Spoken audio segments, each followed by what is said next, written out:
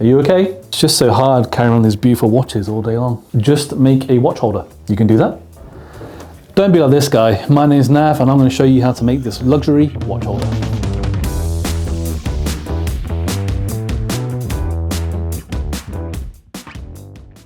Now, before we get into the software segment of this video, let's first talk about the main tool that we'll be using for the project, which is actually the Draknife. Now, if you haven't seen one of these before, what this does is effectively, this will pop down onto your material when you set your Z onto the material, and the knife can actually swivel, so it can turn. But the crucial point about the Draknife is that it doesn't interact with the spindle in terms of the spindle speed. So what you need to make sure is that if you're going to use a Draknife toolpath, your spindle needs to be off. And I really need to reiterate that again, it needs to be off for safety reasons, obviously, because you don't want this spinning around at speed, which will of course cut up all your material. So you can turn your spindle off either on some controllers, they will have a function to turn the spindle off itself, or on the spindle, on the router itself, or you can do it by a post processor. In this case, I went for both the controller and the post processor. And if you need steps on how to edit a post processor, you can always email the support team at support@vectric.com. Now, in terms of details around the actual knife, the setup for it in your tool database, or in the Draknife gadget, I should say, all the information will be available from Donic's website. We actually had a kind of cheat sheet that came with the Donic Draknife when we ordered it, and that had all the offsets, all the information that we needed for the Draknife on there. So you can always query them to get information about the Draknife settings that you need. Now, another thing to point out is that when you create the vectors for your Draknife toolpath, you need to make sure that your fillets are on your vectors already. The actual Draknife toolpath gadget doesn't put the fillets in for you. You need to do that yourself. So have a play around. I highly encourage that you run some tests. If you've got some offcut leather or some cardboard or some material lying around, have a play around with the size of the fillet that you need for the Draknife to be able to round that corner, because as I mentioned earlier, it's not going to spin with the spindle.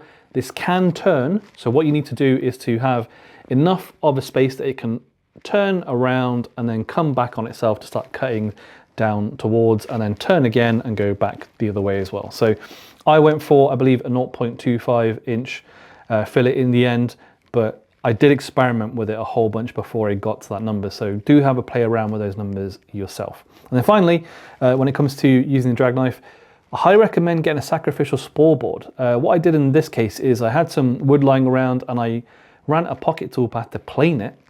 So I made sure it was perfectly flat. Then I put down my fabric grip material. So effectively, this is like a cricut or cricket board.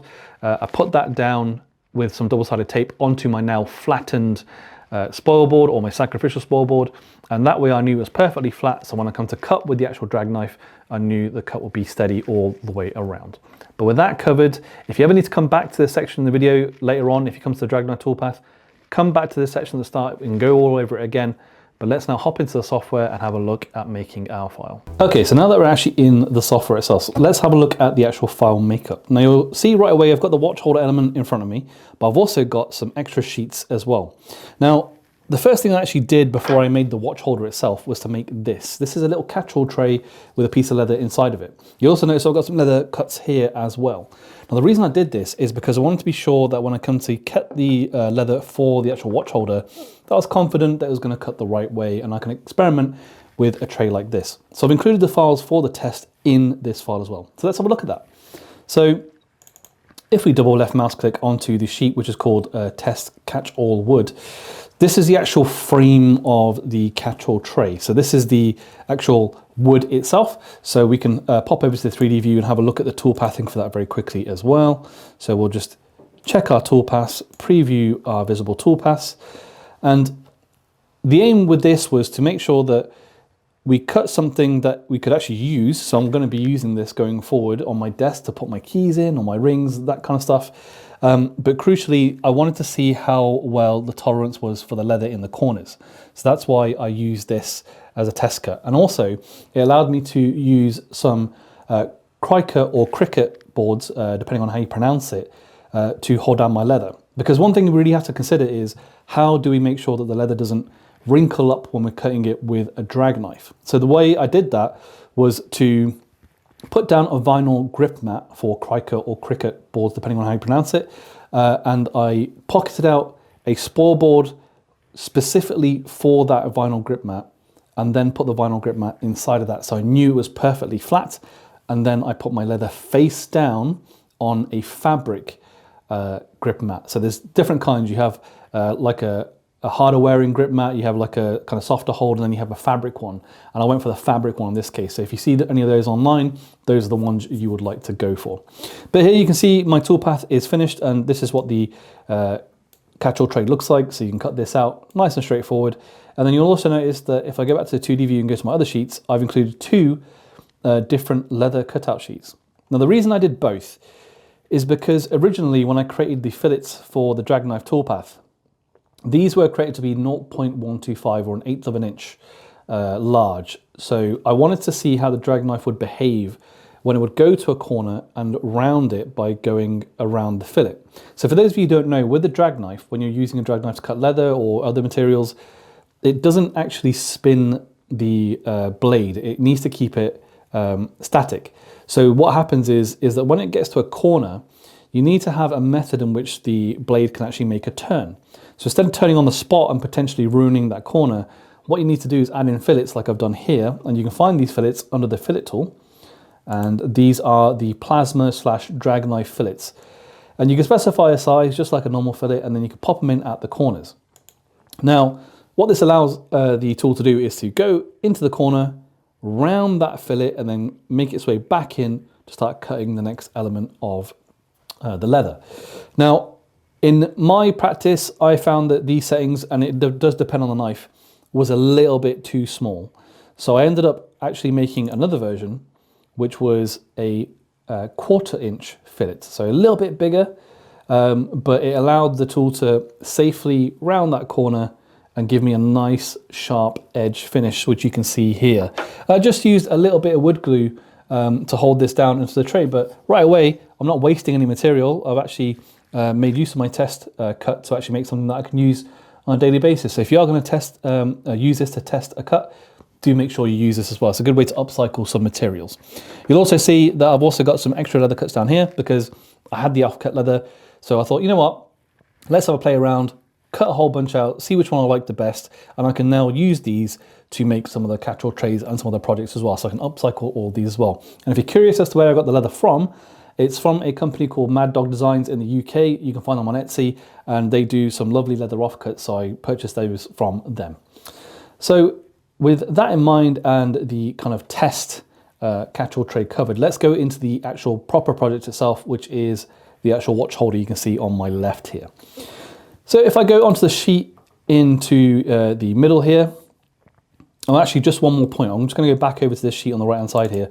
I've also included the vinyl grip mat sheet for you as a cutout. So I measured the vinyl grip mat sheet that I had, and I created a sheet that size.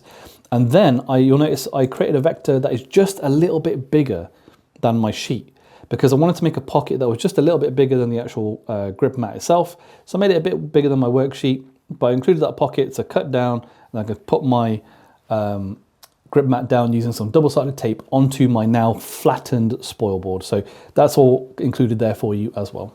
But we'll get back to our main project here, which is the actual watch holder. So I'll pop over to the 3D view, and we'll just close down the preview for now. And you'll see there's quite a bit going on here. So let's go through these one by one. So the first thing I wanted to tackle is how do I make the actual holder element, which is this bit here. So this kind of oval shaped element just here, which holds the watch itself. Now, a couple of things to keep in mind when you're actually making this is measure your watch diameter, because depending on how wide or thin your watch is, you need to make this part as wide as needed. So keep that in mind when actually deciding on how big you want to make this section. But to actually make these is actually really straightforward. All I did was I used the clip art that is available with vcarve Pro and Aspire, and it's actually the 3D tabs. I used this one just here, the circular 0.75, and you can just drag that into the software. I turned it on its side, made it a little bit wider, and then I also grabbed the circular 0.25 tabs and I put them, you can see here, on the sides to form natural 3D tabs for this as well. So by doing this, what I can do is keep it to a single-sided job where I cut both of these out as thick tabs effectively, and then I can just turn them over and stick them together. Now obviously there's a little bit more work that went into this, which is to create the right height. Now in my case, you can see if I click onto the actual clip art itself, you can see I've set a shape height, crucially a shape height, not a base height, of 0.75. So I'm going for a grand total of about 1.5 inches in thickness here. But again, keep in mind that you need to take into account how thick your wrist is. For me, I've got a quite a skinny wrist, I think it's fair to say. So in my case, 1.5 worked out for my watch strap, but you might have a watch strap that's a little bit thinner or a little bit bigger. So do feel free to edit the size of this shape as needed. And like I said earlier, make test cuts. If you're worried about how this is going to fit, don't worry about taking your time to make some extra test cuts. You'll save yourself a lot more hassle in the end, because if you don't, you might have to sand this down a little bit more or spend a lot more time finishing, which you don't really want to do. So have a play around, or indeed make a couple of different ones, so that way you have a choice of different ones that you can slot together later. But you may be now thinking how I got these lovely kind of side panels here. If I just spin this around and show you, you'll notice that these panels are actually stuck on to that clip art element.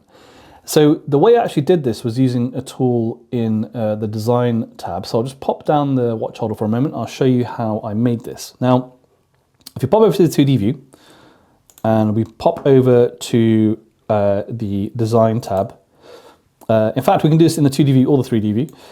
So there's a tool in the 3D model tools called the Create Cross-Section Vector.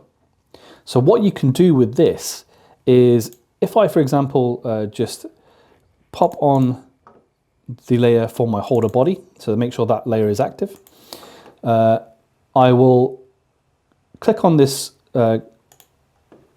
clip art here, and then I'm going to click on the Create Cross-Section Vector. Now, what that will do is actually give me a crosshair to place on my clip art, so I can snap it to a point that is central, so I can snap it here, and then I can snap it all the way down to the bottom, and that, you can see here, creates me a vector. So if I go back into selection mode, if I click on this vector here, this is now effectively the cross section of the clip art. And then what I can do with that is quite simply use the mirror tools to make an oval out of this. So if I drag it over to the right hand side, click onto the mirror selected objects tool, and I want to create a mirrored copy, and you can use left or right depending on how your oval is set up or your cross section is set up, and you'll see right away it creates a copy of it on the other side, and just like that you've got your side panel almost finished. Obviously now what we need to do is to join it, so we can select both vectors by holding shift and left mouse clicking on them, and we'll use a join tool with a small tolerance to join these up. And then finally, what we need to do is to make this a little bit bigger. And the reason we need to make this a little bit bigger is because if you look at the actual watch holder element there, you'll notice there's a little bit of a ridge here. And the reason I did that is because we don't want it to be the exact same size of the actual oval here, because that would just look quite odd. I think it looks quite nice having that nice separation from the leather up to the wood here. So I just offset that vector out a little bit. And if we just go to that vector, use the offset tool, and then you can offset that by a distance that is appropriate. For example, if we go 0.25 inches, we want to go outwards, and then we can offset that vector, and just like that, you now have your side panels made and ready to go. Now, speaking of those side panels, the reason why we make them is not just because they look good, but they also serve as a function of your grain. Now, when you're actually cutting out your clip art, you're going to have, obviously, that seam line where you've joined up the clip art when you glue them together. But you're also going to have a section where the grain isn't going to look so great. So this serves not only as a nice visual, but it gives you a lovely grain finish there as well that's nice to look at, as opposed to one that's kind of on its side and potentially not matching up quite well. So we'll just pop that back down there for the moment. And I'm just going to delete this vector out because we don't need it for the moment, because I've supplied you with the right one just in the middle here. And so now, using this vector, what we need to do is create the other side, which is the stand, which is this bit here. So all I did was I took our side panel that we've just created a minute ago here, and I used that to inform how I make this stand. Now, you'll notice up above the actual sheet here, I've got in pink some vectors that show you the progress of how I made these step by step. So the first thing I did is I took the vector here for the oval or the side panel, and you can press 0 or 9 to rotate it to whichever angle you need to get it to. Or you can manually rotate it as well, so you don't have to use 0 or 9, but I use 0 or 9 to rotate it. And then all I did was I created a rectangle. Now in this case, this rectangle is a height of 4 inches and a width of 1. And then the next stage I did to that was to add in a triangle. And the way I made this triangle is using the Draw Polygon tool, and I gave it a number of sides of 3. And then at the very bottom, I also created another rectangle, and you'll notice that this one is 1 inch by 0.5 inches. Now, crucially, this is going to be forming a tab at the bottom of this stand. And what this combination of the two rectangles, the larger one, the smaller one at the bottom here, which is going to be a tab, and the triangle make is a nice kind of transition for the stand to meet the base. And how do we do that? Well, first thing I did is I grabbed the triangle vector and I went over to the align tools, and then I held shift and I selected the rectangle at the bottom here. And you can use these options here to align vectors to the outside edge. So using that, you can align the bottom of the triangle to the top of that smaller rectangle, so it meets at the very bottom of it. So you know your tab will be underneath effectively where the base is going to meet that tab. And then finally, all I did was use one of my favorite tools in the software, which is the interactive trim tool, to then trim away all of these individual sections in the middle here to create this shape here. So you can see nice and clearly now, we've got our base, we've got our tab, and crucially, you'll also notice that in this one, I've exaggerated the tab just so you can see nice and clearly that I've included a fillet here as well. Now, the reason I included this fillet is because when we come to actually slot this into our base, we want to have a nice clean fit. We don't want to mess around with having glue everywhere or seeing the actual gap of the base itself. So you want to have a nice clean flush edge. So what I did here is I included a fillet in that corner, and I did it in the other corner as well for the final product, which is just over here. So this is the final vector in the bottom here. And you'll also notice that I had created a fillet for this inside edge here. And the reason I did that, if I lift up this watch holder, is you'll see that just here, this is where the actual holder meets the base. And instead of having that kind of harsh triangular edge, that harsh kind of sharp edge hanging over into the kind of base tray here, instead I added a fillet to round that off, and it meets it quite nicely. And you can see here the sharp edge meets the other edge quite nicely as well. So that's why I've included that for you as well. So you can have a play around with that, make the fillet whatever size you need to be. You can size it up, size it down as you need to do, but that's what I did in my case to make that work. And then finally, to bring it all together, we have our base. Now with the base, all I did was I created a rectangle with a pocket for a kind of catch-all tray, so you can hold your rings, earring, car keys, whatever you want to put in there. And you'll also notice I have included another rectangle, and I use this again for alignment. So using the data we have for our tab here at the bottom of our stand, I created a rectangle that was as thick as that piece is going to be. And I also, you'll notice, put some fillets on the top and the bottom there. So those will allow the piece to slot in nice and easily, but crucially, they'll be covered by that triangle shape that we created earlier, just here as well. So you get that nice, lovely, clean finish. And how did I align these? Well, again, I used the alignment tool to my advantage. So I selected the rectangle that I needed, along with the rectangle here for alignment. And then again, use the alignment tools to align the rectangle to the inside edge. Now, the reason I did this is because you want your holder to sit centrally in your base. So the best way to do this is to have your stand effectively as close to the edge of the middle as you can. So the way I did that is I created a vector and then snapped it to the center line of this base. And then knowing that that is now dead center, that means anything that I put to the left of it or to the right of it will also be to the effectively edge of that center. So anything in between it will be centralized. So because I'm putting the base in that very left-hand side pocket, that means my tab or my tabs that form the oval will be next to it in the middle, and then the other side will be the other side panel here as well.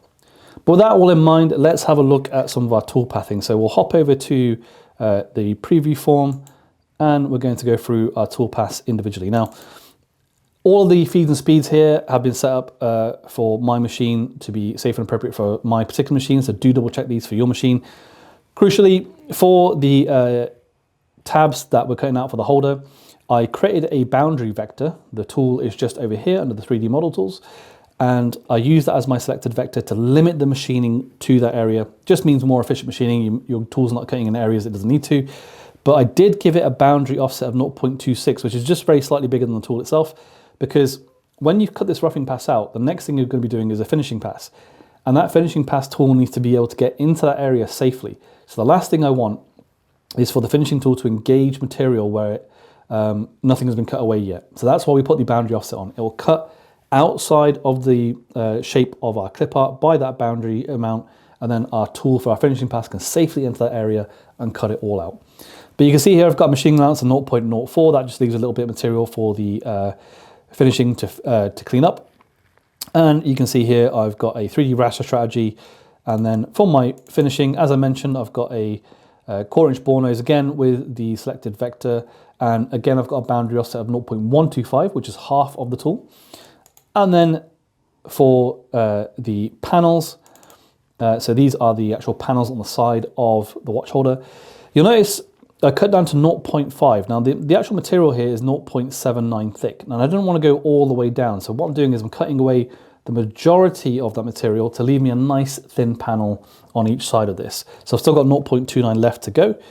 And then subsequently, because I've got 0.29 left to go and I've already removed all that material, my profile to cut out of these side panels, I can actually start it at 0.5 inches down because I've already cut that material away, and then I just need to cut down the further 0.29 to get all the way through. And then I've included some tabs on this as well. One thing to point out on your tabs is have a real think about your tabs and where they sit in relation to your grain. So when you're actually cutting this out, look at your grain, think about where the best placement is going to be for your tabs, depending on which direction your grain goes in, and have a think about how it's going to be looking when you go to finish it and sand off those tabs. So really think about your tab placement here when you're creating these. And then finally, we can see here I've got my stand holder slot. I used an 1/8" bore nose for this, and sorry, an 1/8" end mill for this, but I did not go all the way through the material because I thought it would be such a shame to make such a beautiful design and then to cut all the way through. I think it looks much nicer when you can slot this in without seeing the back side of it being cut through at all. So you don't go all the way through the material, but you go quite deep. But crucially, that also leaves a 0.2 gap for us for wood glue. So we can use that wood glue in there, have a nice big gap in there so we can get our slot in and really make the most of it. And then after that, we've got the catch-all tray. So this is where we'll be putting our rings and various items that we want to put in there, that we want looked after. And that cuts down to a depth of 0.25, 1/4 inch. So we've got plenty of material left after that. And then finally, we have the base cutout. So if I preview all those, you can have a look at these in action. So I'll just preview all the visible toolpaths. So we can see here in just a moment that we'll have a cutout of the roughing. And I highly recommend you use the preview to your advantage because you can see what should be cutting out on the machine. So for example, you can have a look at your toolpath in the preview, and if it doesn't look like it does on the machine as it does in the preview, you know you've got a problem. But there you go, you can see here, I've got my natural tabs there holding that in place. So my 3D tabs came in clutch there to hold that all in place, but they'll be nice and easy to cut out when you get that through. We've got our tabs here for our side panels. You can see cut most of the way down the material, but left just enough to make them thick enough for the sides. And then we've got our base. But with all that covered, let's have a look at it in action. So let's go cut this out on the machine and let's go see what this looked like.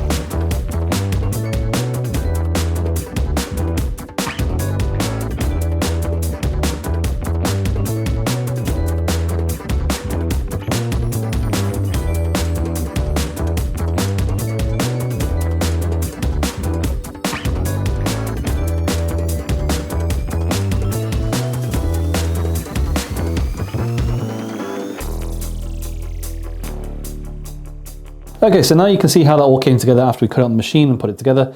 So now let's have a look at the piece de resistance, if you will, which is the leather. So let's pop over to the Sheets tab. And we're going to switch to this sheet here called leather. So let me just close on the preview and let's have a look at our vectors. Now, right away, you'll notice I've got one long vector, and that is actually for the leather that we cut here for the oval.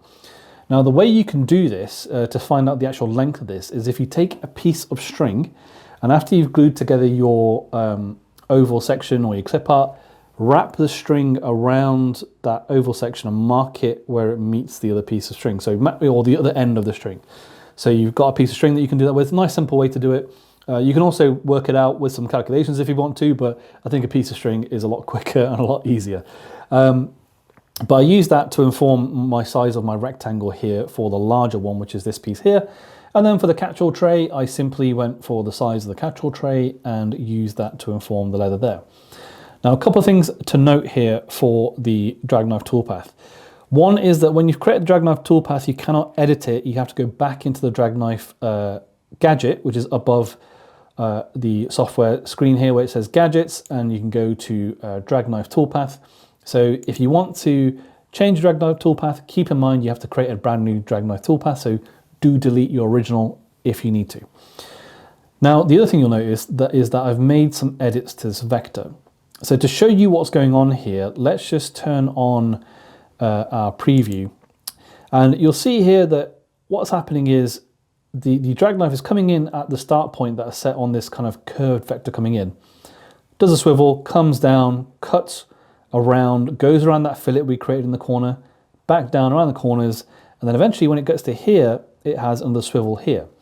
Now this is really important. This is why I put the leather down face down, because any swivel moves will be on the back of the leather. Now in this case, also you'll notice that the swivel move here is going to be not on the actual leather piece itself, but on the kind of waste leather in the background.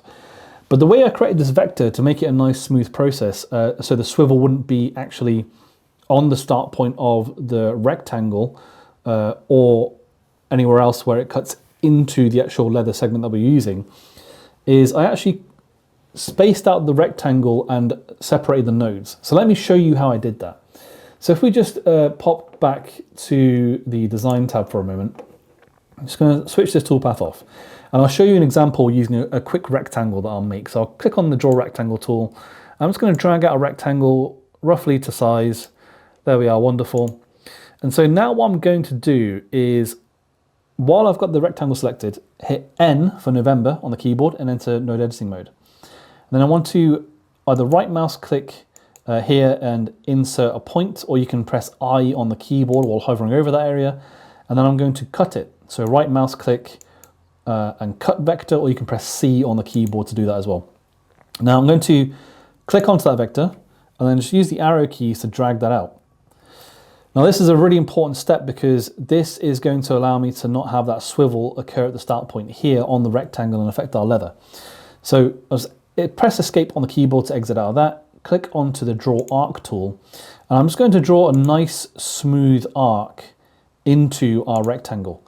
And I want it to kind of not be like this, where it just kind of curves at a more of a kind of a narrow angle. I want it to curve almost till it hits a flat, so like that. And then I'm going to hold shift and then right mouse click, and then I'm going to just join the vector with a line. So that's now joined into it. And then you'll notice I've still got this open vector here. So again, we'll go N for November on the keyboard for node edit mode, or N for node edit mode. And click on this node here, which was the one we separated out from.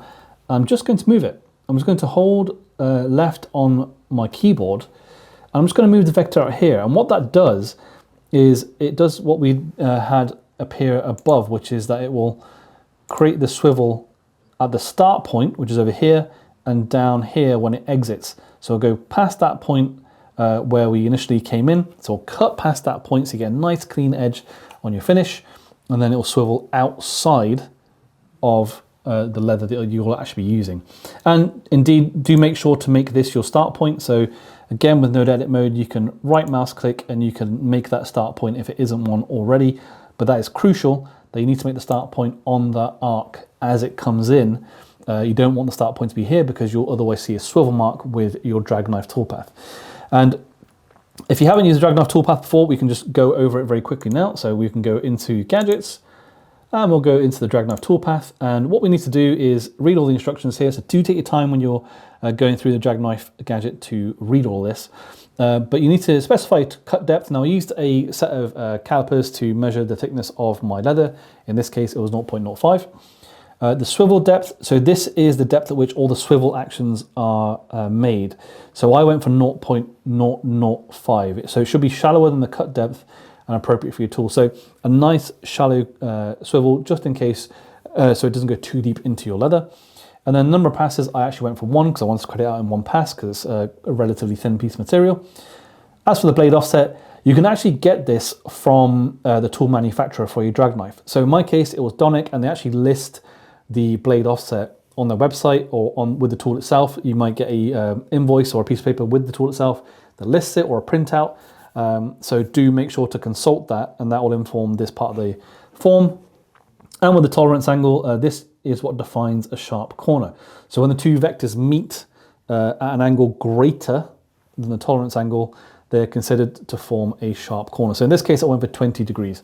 Now, crucially, you need to set up a end mill here as effectively a dummy or a faux end mill. So what you're doing is you're using the end mill here to effectively be your Draknife. So I went for a 1/8 inch end mill. Now, the take-home message about a Draknife that you need to remember, so I'm really going to emphasize this, listen to what I'm saying about this part because it is very important and could be very dangerous if you get it wrong. You need to make sure that if you're using a Draknife that your spindle is off. Draknifes do not work with the spindle on because they will just start spindling around, and that's not what you want. You want the spindle off. So either you'll have a setting on your controller, depending on your machine, that will turn the spindle off entirely, or you can use a post processor with the spindle commands removed, so the spindle won't turn on at all, and then that way you can run it on the machine. If you need support in any of those things, don't worry, we have a support team you can contact with support@vectric.com. So if you need help with the post processor, you can click on the help menu as well and go to the post processor editing guide. You can have a look at how to remove some commands if needed, but do make sure you get that right. In my case, I had both the switch on the controller to turn the spindle off, and I used a post processor as well because I just like to be extra safe. So I used both because I could. But if there's any message you take home from this project, please, please, please make sure that your spindle is off, okay? It needs to be nice and safe. But with that in mind, let's have a look at our toolpaths. So we'll just preview these two toolpaths, and we'll just get those going. And then just like that, you can see it's cut through. So you can see at the top there, it's swiveled in, and you can see that tiny swivel depth is where it comes into account here. So it makes that swivel at a much reduced depth and then goes to the full depth to start the actual cut. And then on the bottom here, you can see I've got my catch-all tray leather here as well, all on the same piece of leather. In my case, as I mentioned earlier, the one I got from Mad Dog Designs was 200mm by 200mm, and they had plenty of offcuts that I could use. So I have plenty of options to choose from, and you can see those here. So I'll be making use of these to make some other projects as well. But with that in mind, that is all of our toolpathing good to go. So let's have a look at cutting out this leather and getting this all finished up.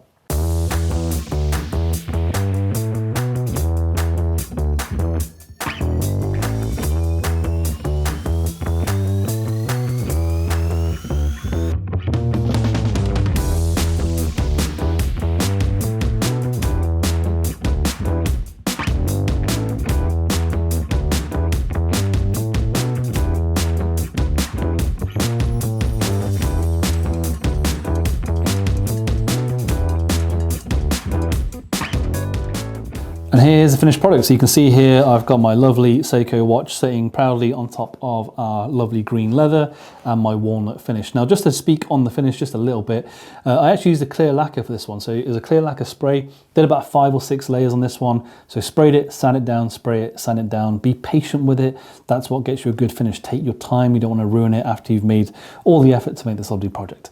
In terms of things you need to think about, think about if you need to make this any wider, because you can see here this watch isn't particularly big, but you might have a watch diameter that is larger. So if you need to, you can always make the clip art tabs here much wider if you need to. So do make sure you take the time to measure your watch, think about that. I think that's going to sit on here as well. And as I mentioned earlier about the strap as well. So some of us have glorious large wrists, some of us have smaller wrists, unfortunately. So take that into account when you're making your project.